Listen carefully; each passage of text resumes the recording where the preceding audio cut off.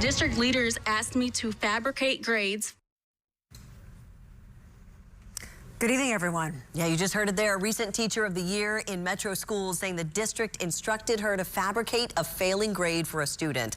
She made that claim this week before the school board. A WSMV4 investigation found both she and another former Metro teacher say district administrators told them to change the grades of students. Even though these teachers say the students failed a class or an assignment. Now, we obtained internal emails and documents that lay out their concerns in this making the grade investigation.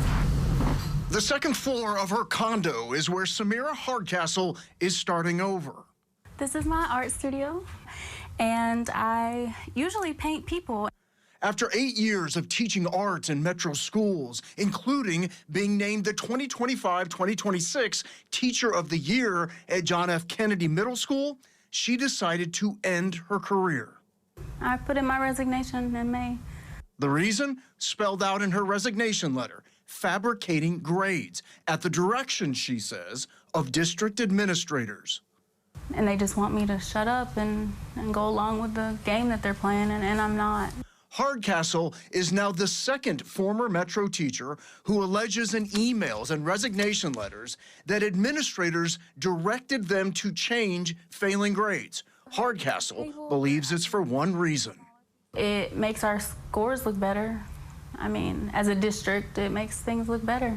In Hardcastle's case, she says a student failed to complete an art project, so she gave the student a failing grade on the assignment. She says the student's parent then tried to intervene. The dispute reached the district level, in which Hardcastle says 3 administrators met with the parent and decided Hardcastle hadn't provided the proper rubric for the assignment. So they all came to the conclusion that I had to change her grade. I did not change her grade, they did. I refused.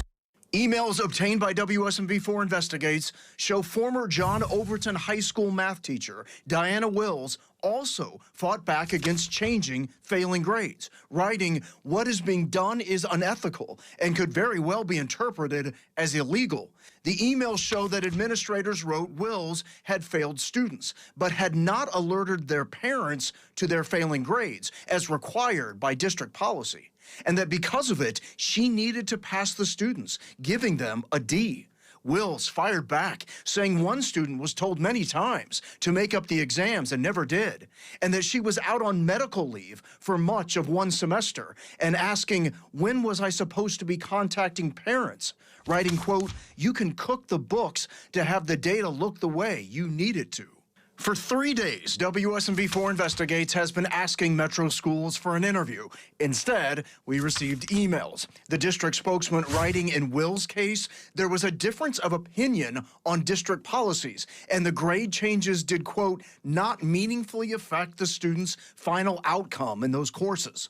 In response to Hardcastle's complaints, the spokesman wrote her claim does not fully reflect what occurred. As for the incomplete art project, there was no written school-wide policy at the time that prohibited the student from being given an opportunity to complete the work. So the student finished the project and got the grade. After speaking with WSMV4 Investigates, Hardcastle then went before the school board Tuesday night, publicly making her claims about changing failing grades. It creates false entitlement. What happens when these kids lie, cheat, and cry their way through school and end up as future doctors, police, or politicians? Samira Hardcastle says she has now left the teaching profession entirely.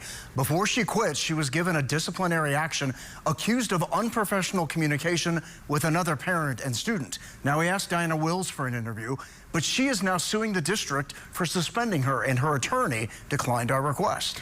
Jeremy, I think a lot of parents watching this may be surprised to learn that a Metro teacher does not have the final word on a student's grade. Yeah, that's right, Tracy. They don't. According to these emails, principals can and do make the final decisions in these conflicts.